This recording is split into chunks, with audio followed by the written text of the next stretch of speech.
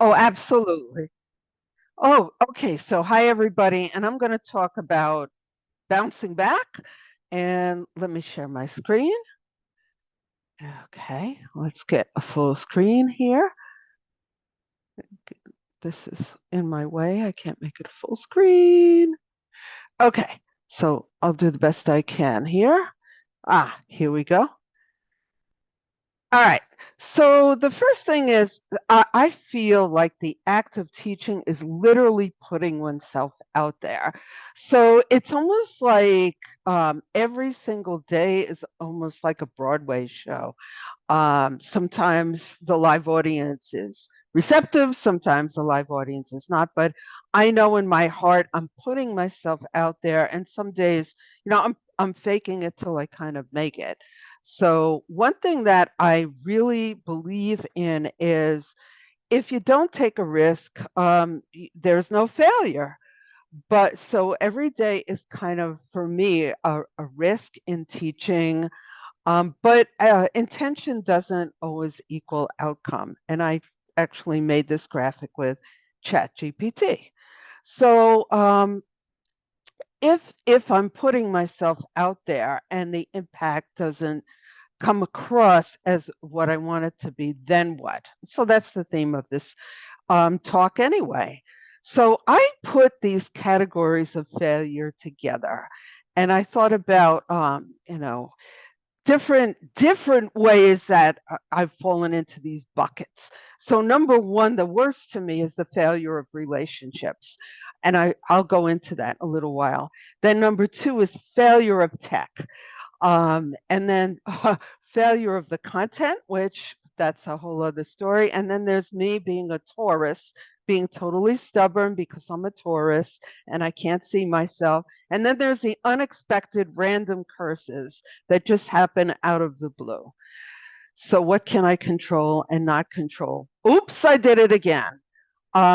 I meant to be a little more gentle, and I turned out to be, that Brooklyn kind of pushy lady that I am. And I've alienated somebody. I've turned them off. I've not approached them in the right way. I've got their name messed up. I did that multiple times.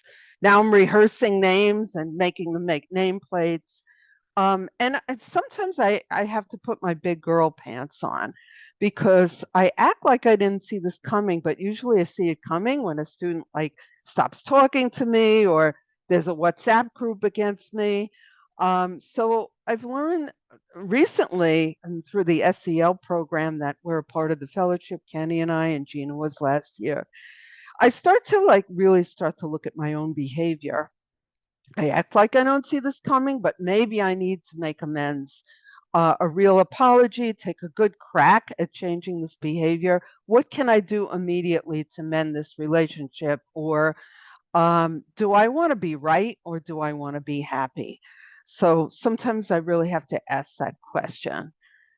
What can I do to work it? But I also have to be my best self. I can't be somebody else. So if there really is um, some kind of conflict, I really have to be honest with myself and find out what it is. Because these failures of relationship are going to happen because I'm a human and these are students, and there's sometimes a generation gap, sometimes it's just me. Failure of tech. All right. I think I'm good. And then all of a sudden, bada boom, out of the clear blue sky, everything falls apart. I was in I was in some kind of out of body experience when the tech thing happened. That's how I feel like I'm in an out of body experience. So this is what I do when there's a failure of tech. I accept it. 911, don't panic. The Hitchhiker's Guide to the Galaxy. Um, if there's a student in the class, if it's happening in real time, I see if somebody will help, usually no. So I will call the help desk or I will call Kenny. Frankfort, in the School of Ed, we have the backup. But I have to admit, right, that I'm in a bad place first. So I think that's really helpful. And being a stubborn Taurus, it takes me a while to get there. Failure of content. So I have to totally admit that even though I have all these years of education and experience and everything else, that I don't know everything. I do not know everything. And that is one of the hardest things to tell students, that I don't know everything, because they think I know everything just because I'm standing there.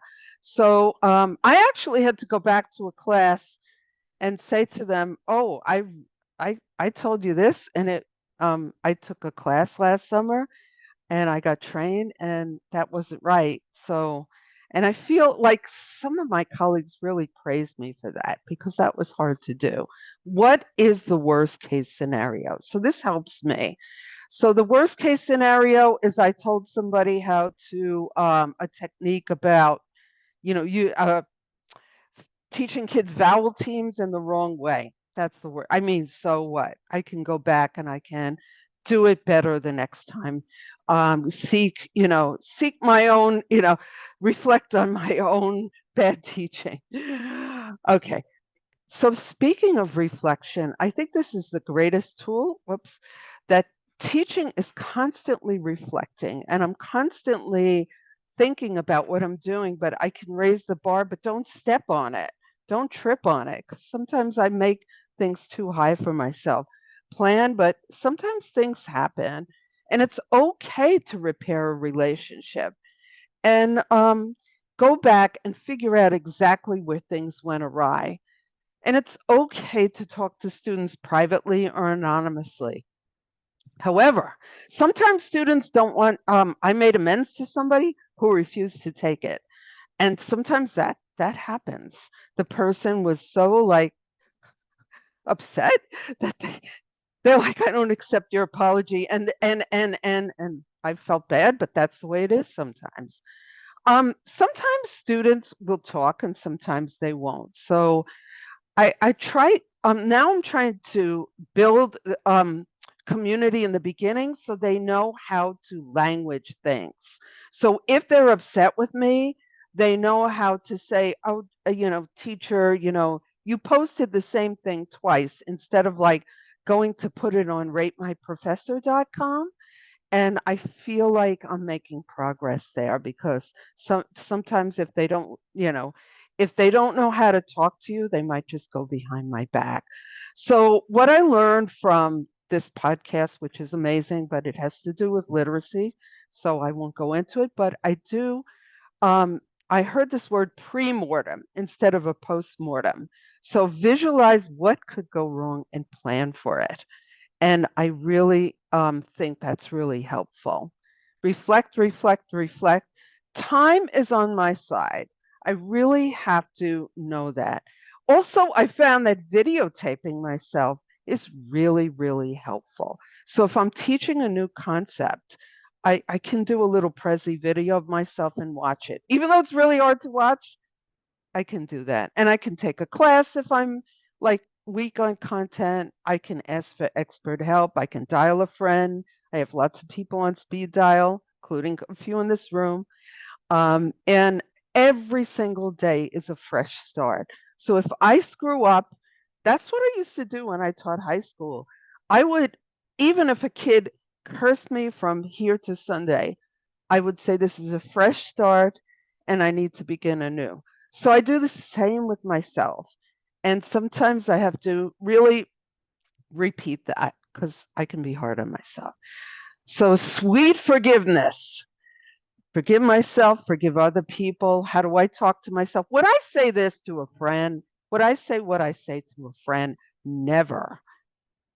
Okay. So I am wrapping up, and I thank you so much. I enjoyed this, and I hope you all forgive yourself and talk nice to yourself. Thanks.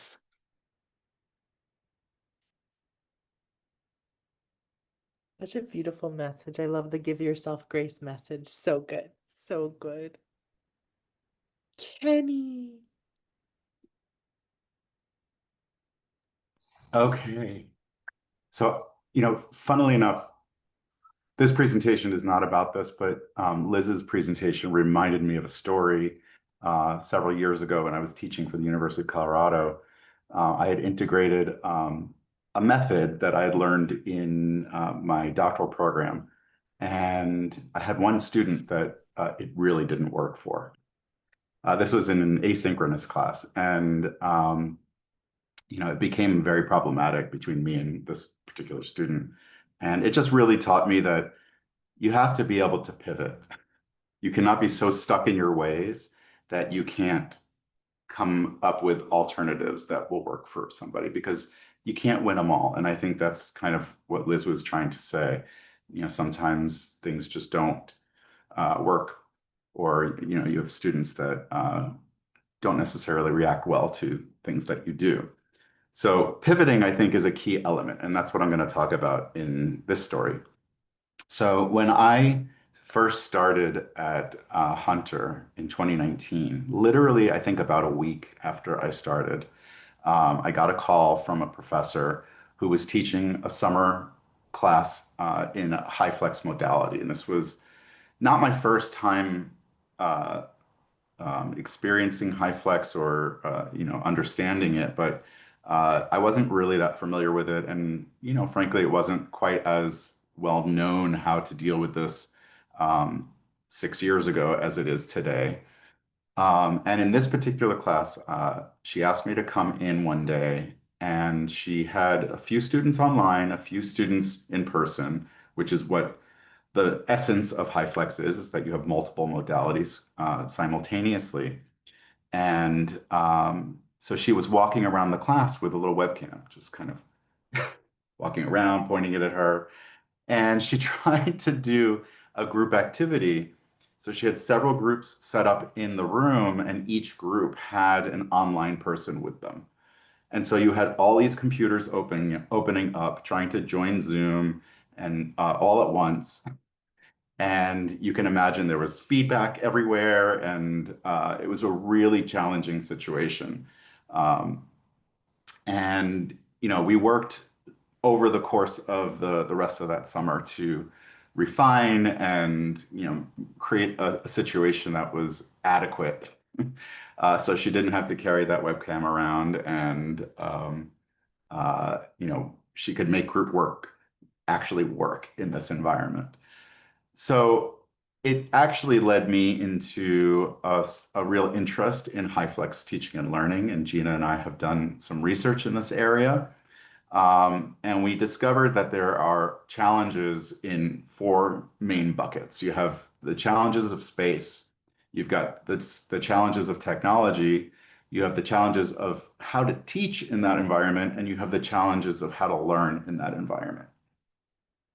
So we asked a bunch of faculty members across CUNY about the challenges that they've experienced in high flex, and what they experience are things like unreliable technology, engaging in small group work, quite like what the story that I was telling about, how to control for noise, how to effectively capture students and instructors on video. These are all problematic in high flex. And some of these things are problematic in many different kinds of ways outside of a high flex modality. So no matter how you teach, some of these things will sound familiar.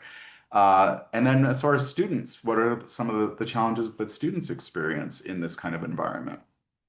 So how they communicate with each other for the online and the in-person students, feeling connected and being able to see each other were issues that were identified. For the online students, having internet connectivity, communicating with other students, feeling connected, you see the patterns there, distracted learning environments, Wi-Fi access. So some of these things you can't really control for, but it's good to know, regardless of what modality you're using, what are some of the issues that students might be experiencing in being able to learn effectively in your learning environment. So other challenges they identified: picking up the audio pickup quality, the classroom appropriateness. Does it work for a high flex medium? There were students driving during class, no in-person students, so everybody was online, and the lack of appropriate technology. So these are things that can come up, and in the cases of the faculty that we we reached with this survey, this is what they reported. The last question here is, what sort of strategies have they employed in order to mitigate these challenges? So things like clear and consistent communication were important, establishing class norms for engagement, discussing high flex teaching in class so that there's a sort of metacognitive awareness about it, visiting the room ahead of time so you know what to expect, and reviewing the available technology so that if you need to pivot or make some different choices, you can do that. Or if you can get the right technology into the room, great.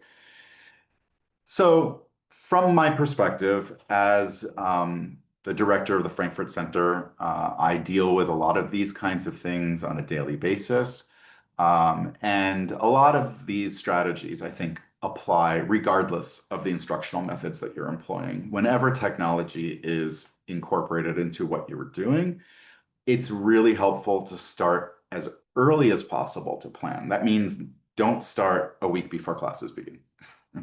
Because if you do that, you're never going to be able to resolve whatever issues come up before they come up. You're going to be dealing with things as they come. And starting early gives you an opportunity to be proactive. Factor in alternatives. Always have a plan B, maybe a plan C, maybe even a plan D, depending on what you're doing, but also make sure that you have alternatives in place and options for students in case the things that you're trying to do don't really work. Consult with an instructional designer or an educational technologist. At Hunter, we have Hirschmann's wonderful group of instructional designers that can really help. And at the School of Education, we have the Frankfort Center that can help to supplement that. An instructional designer or an educational technologist knows how to deal with these kinds of issues ahead of time and how to think through these things and what sort of pedagogical strategies can be used so that the technology doesn't become a problem. It doesn't inhibit what you're trying to do. So if you have a sense of what you want to do, an instructional designer or an educational technologist can really work with you to make sure that the technology is appropriate and will work when it comes time for it. If you are doing high flex, it's a good idea to design for the asynchronous mode first and then bring in some of those synchronous things, because the asynchronous is always the hardest part of it to deal with. But in terms of the live sessions, that's a little bit more challenging in terms of the actual implementation, but the design portion of it, I think the asynchronous really helps to start with. And apply UDL principles. UDL is Universal Design for Learning, and it's an approach where instead of the learning environment being appropriate for most of your students, it becomes appropriate for all of your students because you're thinking through all of the different ways in which students learn, whether that be through different kinds of representations, whether that's through different modalities. It gives you opportunities, gives your students opportunities to learn in the ways that they learn most effectively, and it also allows you to be very thoughtful in how you apply technology. Make sure you go into your classroom in advance and see what you're going to be dealing with, unless you already know it. At the School of Ed, we've created a website that allows our faculty to look at the classrooms ahead of time. There's 360-degree videos. There's information about what technology is in the room, but we don't have that for every classroom at Hunter. So make sure you view that classroom in advance. Decide on an appropriate seating arrangement. Get to know your support, because if something goes wrong, you need to know who's available right there and then. Don't rely on one person. Don't send emails to an individual. Contact the help desk, contact media services, contact the Frankfort Center and the School of Ed, because those are the organizations that will be able to support you in the moment. and have their phone numbers ready. Participate in trainings ahead of time to make sure that you have what you need in terms of understanding and skill. Keep things simple, make do with what you've got. Again, have a plan B. Set clear expectations, be clear, consistent, and comprehensive in your communications, and be transparent about your methodologies, and try to work to engage all of your students equitably.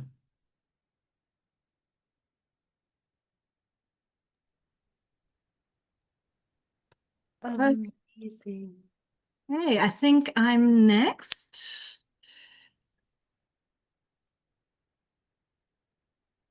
Okay, so I am going to be talking about what happens when you don't do any of the things Kenny just told you are best practices. And then you have to recover. So life learnings here, what to do when things go wrong. And I'm going to be talking about something quite specific, which are my efforts to really look at how I can improve the nature of doing online exams. And this particular scenario and experience happens to have been doing online exams in the classroom, but really it applies to any time you're trying to use a new technology or a new approach. And I love the fact, first of all, that Kenny also had his mountain there. And Liz, I am going to be talking and starting off in exactly the same place you started.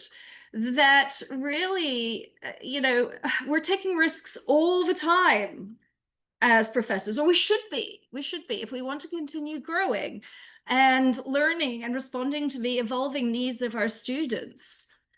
We need to keep on trying to take those risks, but sometimes you're going to fall flat on your face and you're going to have a Wile E. Coyote moment. That's okay. And I think just normalizing the fact that these Wile E. Coyote moments can happen and talking about how you can deal with them. And I've tried to pull together just some basic principles based on my experiences can be helpful. So this has been, over the last few years, I've always been looking for ways to kind of incorporate technology in my class, not just for the sake of it, but really to improve the student experience, improve the learning experience. And so for a few years now, I've been looking at having my students do midterms,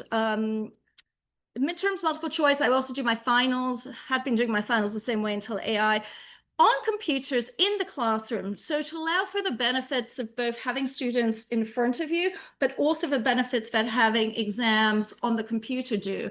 Especially with multiple choice, where you can get then a lot of analytics on the back end very easily about how students perform with different questions, the level of the questions, all that kind of thing. So essentially what I do is I actually, to Kelly's point about the classroom, I actually get the students to turn all their desks to face the back wall so I can see all their screens and, have passwords and all the rest of it. But what's happened is inevitably I never have enough time to test the new things I've been adding, and things come off in the classroom. And I've seen this like over time as I kind of continue to add more complexity and make the tools do more for me. Every single time something comes up that I didn't expect, no matter how well I think I've checked, or even when I acknowledge I haven't had time to check really well, but think, okay, it's good enough. So I started, first of all, by trying these online exams. Then at a later point, I was like, okay, now I want to look at kind of randomizing the questions in them. So if a student happens to be sitting next to another student and looks over, they're not going to get the questions in the same order. And then most recently, I was like, okay, I know there's the ability to build question banks in where the software kind of picks questions from certain categories. So not every student is even getting the same question in a particular category. And like I said, each stage of this process, things didn't always go according to plan. And the problem with this scenario or the situation is that not only is it me trying something new, but it's also for the students a pretty high stake environment. This is an exam that counts towards their grade. So they're anxious about that to start with. We also have a whole perceptions that Liz mentioned of like, well, the students think you know everything and do everything perfectly. And their grade could be on the line. So you throw all that together, it has a potential to be a big mess. Okay, So these are just some of the things I came across. So this is like during the exam, I'm sitting there, everything's going fine. And then a student comes up to me and they're like, I just got asked a question I was already asked before in the exam. What do I do? And it's like I'm thinking, oh, and I'm like, okay. Or there's a question which refers to a chart, and somehow the chart hasn't shown up, so they have this question and nothing to refer to. So these are types of things which can happen during the exam, or even completely separately in unrelated technology. Students who turn up and they're, even no matter how many times you tell them it's an online exam, they turn up without a computer. So that I had planned for, and I had like some printed copies of exam and blue books. But then also after the exam, things would come up as I would be going through and I'd realize, or a student would bring to my attention, oh, wait, the wrong answer was actually coded for this accidentally. So some people legitimately got the question right, but were coded as wrong. Some people got the question wrong and were coded as right. Or it was supposed to be a multiple answer question, but yet it was only set up for one answer. And so in all these things, it's like, how do I deal with these, especially in this kind of stressful situation where, you know, students are anxious and want to make sure they're not going to lose out because of fundamentally what's my mistake. I mean, Gina, you mentioned you've had this happened. How did you deal with it? I'm going to put you on the spot. It was, I'm so sorry. Right. And so I gave you all a point because it was my own issue. Yeah, yeah. Anyone else ever had a similar circumstance and had to deal with this? Can hear you nodding. Yes, I wrote an exam into an asynchronous online course, and I did the same thing. I coded answers wrong, and there were a few problems, and I just had to regrade the whole thing. Yeah, Katie, you've got your hand up as well. Yeah, I did the same thing where I coded an answer wrong, and my approach was if they got the wrong answer, quote unquote, right, I just gave them the points anyways, because it was my mistake. But if they got the right answer, whatever, that was marked wrong, I added their points. Right? So you got points if you answered the wrong way correctly, or if you answered correctly the wrong way, like if that makes any sense. But the underlying premise was I'm not going to penalize anybody for my mistake and take the points away, but I will reward you, obviously, and give you the points that you deserve. Exactly. Now, that was very much kind of my approach as well, because I think my initial instinct was to panic. And first of all, feel very guilty, but then to panic, but then kind of taking a step back, it was like, okay, how can we deal with this situation fairly and transparently in a way that, frankly, everyone's going to be comfortable with. But I mean, first of all, thank you all for making me feel better and not just like I'm the only one that something like this has happened to. So, I mean, essentially, this has kind of been my kind of philosophy. It's first of all, give yourself grace, right? These things happen. We're never going to be perfect, no matter how much we try and plan and prepare, particularly when we're dealing with technology and complex technology. Things are going to happen. So that's okay. The second is to, as Gina said, acknowledge it, apologize. Sometimes we don't have to be perfect all the time. And sometimes it can actually be quite reassuring for students to realize that we mess up occasionally as well. So I'm a big fan of just being transparent about it and being like, oh, yeah, you're right. That's a mistake. Okay, let me see how I can fix this. Reassuring them. So when we're dealing particularly with concerns about grades, I want to reassure them that this is not going to affect them negatively, that I will find a solution, that I'm going to be very transparent again about the solution so that they know that this is not going to put them at a disadvantage.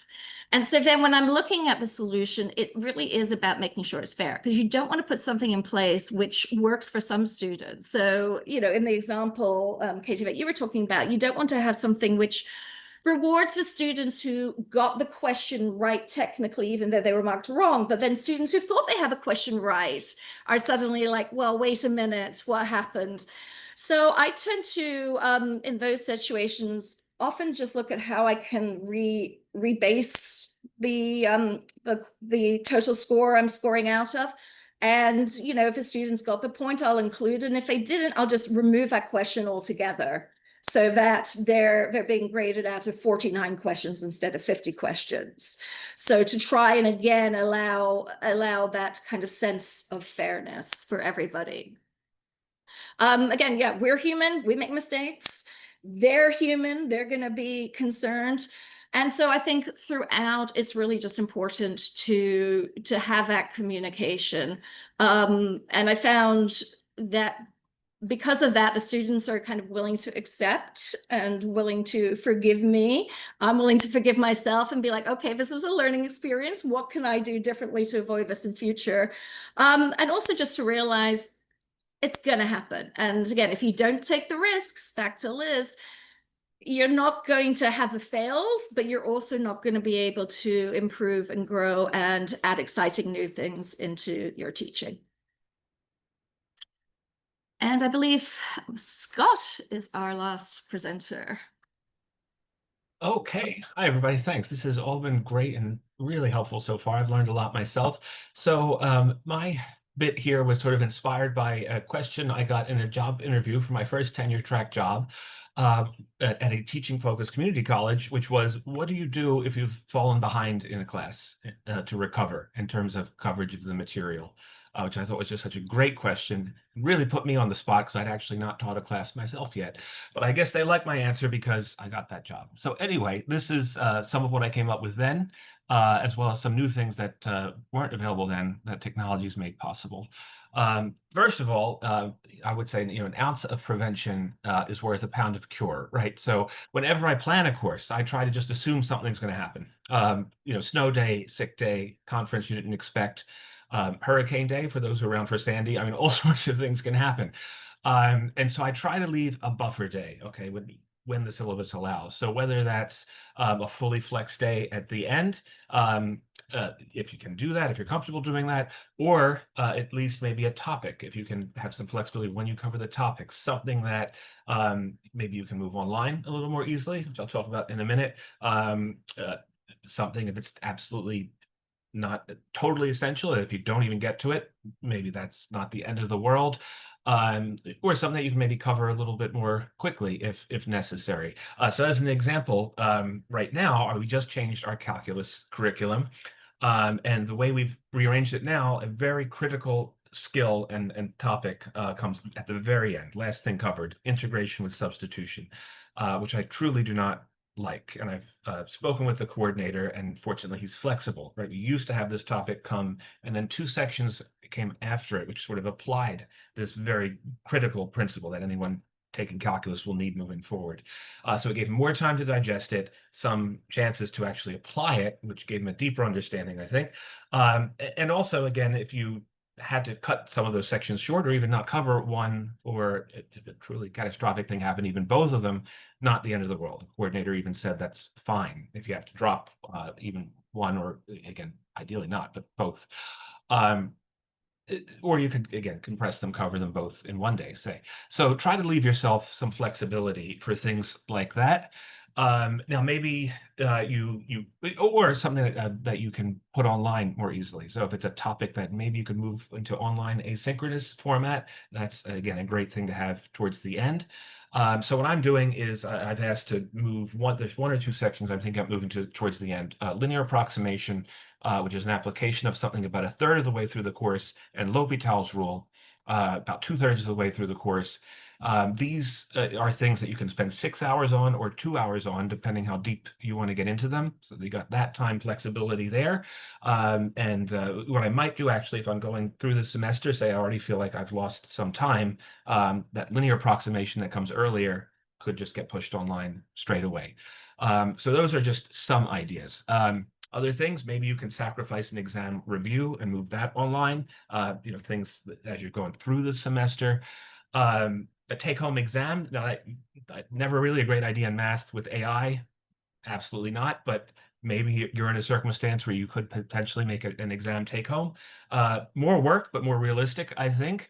Hunter's testing center is truly phenomenal. And I have had situations of either adjuncts I manage and once in my own class of actually moving an exam there. So replacing the exam day with a lecture day to get caught up and actually having the students schedule to take their exam with the testing center, right? Only possible in a smaller class, 35 or under.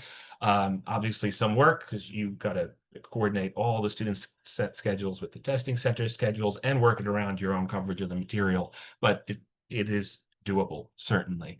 Other options, maybe you are, know you're going to miss a day, but you can do that day on Zoom. Okay, something we couldn't do in the past, right? Our department chair, obviously you have to check with your coordinator or chair as whatever applies there, says, if you're a little under the weather, but you still want to cover that day, let me know, do it on Zoom. Make sure the students are on board. But absolutely check with your chair first. It might still count as a sick day. You absolutely need to make sure that all the students get that memo because you don't want one of them saying, hey, I missed this lecture. And because I didn't see the Brightspace announcement. So that all, again, takes some planning and direct communication with your students. And again, check with your chair because you don't want the chair finding out after the fact you've done this and that you really were not supposed to. Other things are a makeup session. Now, this used to be next to impossible, especially with our space issue, having to coordinate all of the students' schedules, to get a room. I never managed that back in the day, but what might be possible is a remote makeup session. Maybe you can schedule, again, an extra class session, get a time when all the students are available, and get an hour or two on Zoom with them. So again, there's some of the traditional ideas, some ideas for prevention, as well as some some things that technology has made possible as far as putting stuff online in an asynchronous format, as well as all the things we can do remotely now through Zoom and other applications. All right, and that is all I've got. I assume we got plenty of discussion, so 18 minutes left for that. Thank you. Thank you all so much. Amazing, amazing. I learned